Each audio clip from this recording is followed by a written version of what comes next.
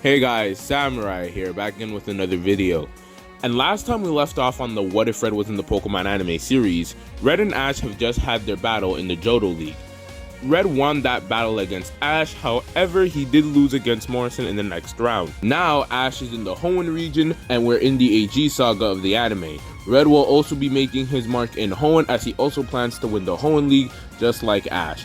I'm going to structure this What If episode a bit differently because I'm going to be focusing on Red more than I am Ash, but I will talk about the moments when they interact.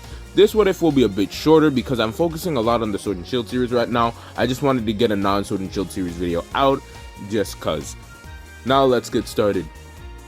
Now upon Red making it to Rustboro City, he is greeted by an eccentric man, this being Professor Birch. Professor Birch is doing some research in the area, and if you know how you meet Professor Birch, you know that when you meet him, he's getting attacked by some wild Pokemon because of the way he studies. Red ends up helping Professor Birch with one of the Pokemon in his satchel, this Pokemon being Torchic. Since Red was so good with this Pokemon, Professor Birch just says Red to keep it. Red, upon meeting his first new friend in the Johto region, is ecstatic and he can't wait to have more adventures with it.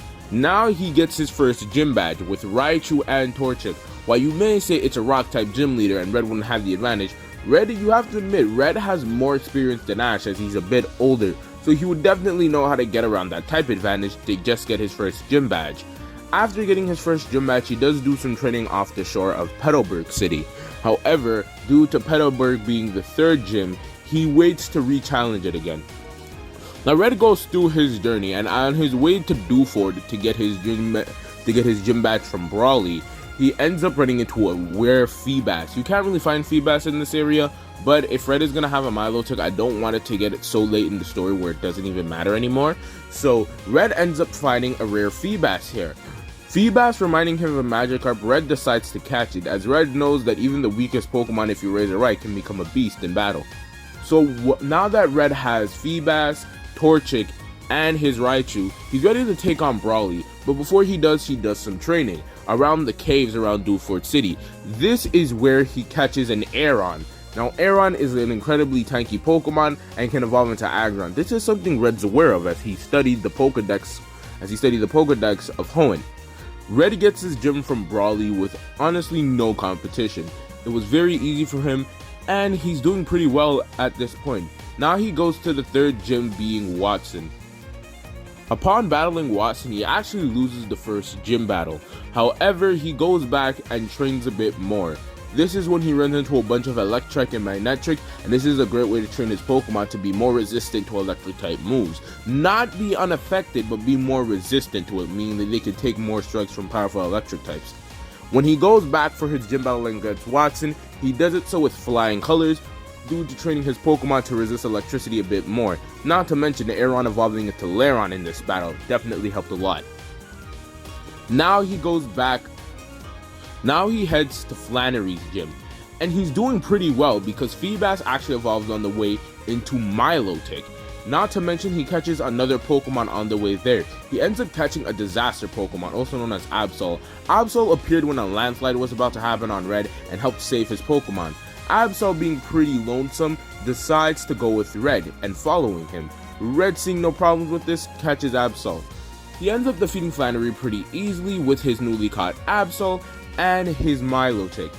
Now on his way back to Petalburg City, Red ends up stopping Team Rocket, in this case, Jesse, James, and Meowth, of course.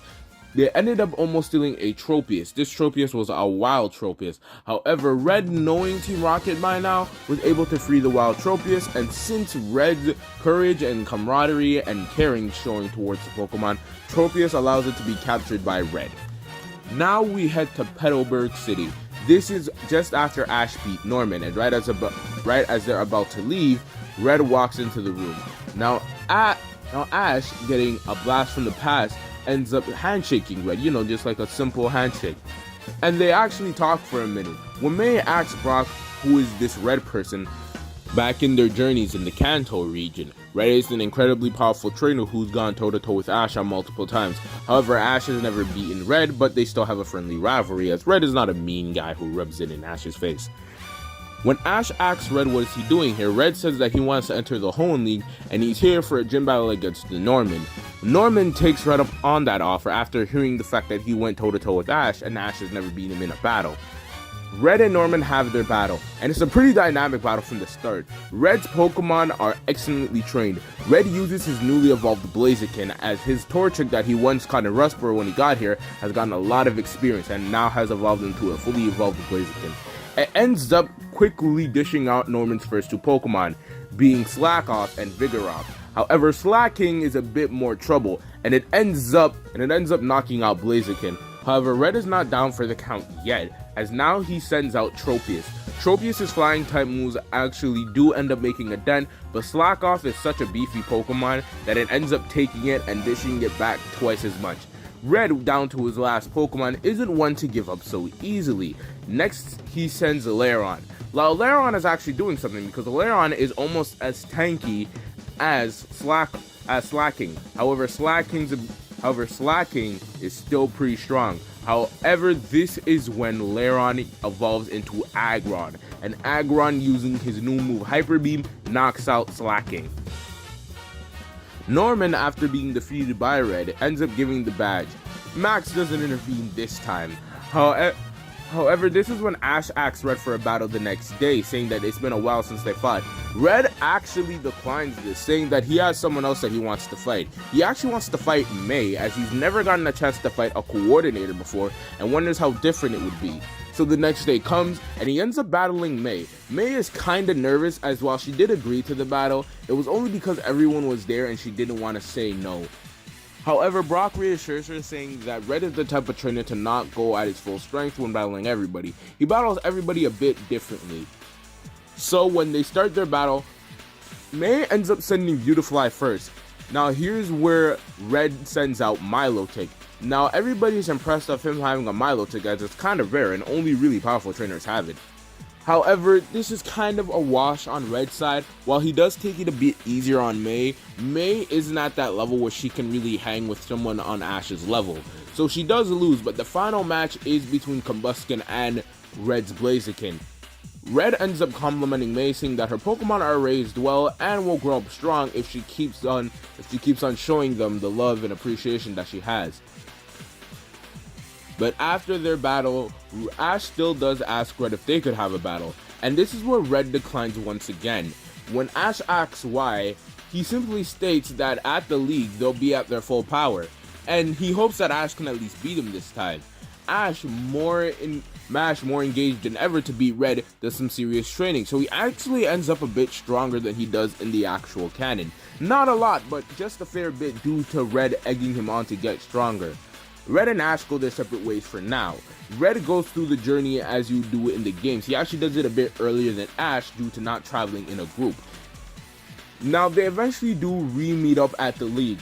Both trainers are very excited, and we still get Tyson and Morrison in this version. We're not forgetting them, of course. So the league does happen, and instead of Red losing to Tyson like I did have him lose to Harrison in the last episode, he actually ends up beating Tyson. It was a close match though. Now the semifinals are against him and Ash. Now this is an incredibly intense battle. The battle actually starts out with Pikachu versus Raichu, and both trainers end up tying. Now both trainers know that when their Pikachu and Raichu end up tying, this battle is going to be intense, as Ash can't rely on good old Pikachu and Red can't rely on good old Raichu. So the battle is intense. Tropius against Swellow, Glalie against Aggron. The battle truly is a test of wills, and it comes down to their last two Pokemon being Grovyle and Blaziken. Now Grovyle is giving up a great performance. Using Overgrow, it gets even faster and is giving it its all. However, Blaziken is kind of built different. Blaziken has gone through rigorous training before the league started, and it's much stronger. Using its Blaze ability, it easily outclasses Grovyle, and Grovyle does lose, and Ash does lose in this case. When Red eventually goes to the finals, he does end up winning the Hoenn League. However, when Red is offered the chance to fight against the Elite Four, Red actually declines it in this case. Red basically says that he doesn't think that he's ready to take on the Elite Four in any capacity, and he wants to keep on training. He says winning the league is only a first step to his goal, and he doesn't really want the champion title as he sees it as kind of a drag. Everybody's kind of shocked by this, but they all end up laughing. Now Ash ends up going back to Canada to do the Battle Frontier. However, Red stays in Hoenn because instead of challenging the Elite Four, he wants to train with each Elite Four member in order to gain his strength. And he ends up going on a boating trip with Drake to train. And that's where we leave off What If Red Was in the Pokemon Anime Part 3. I hope you guys enjoyed this episode. I wanted to do a lot more stuff different in this episode, but next week we will return to the Sword and Shield series, but we will get a What If every now and then that is not Sword and Shield related. So with all that being said, Samurai out.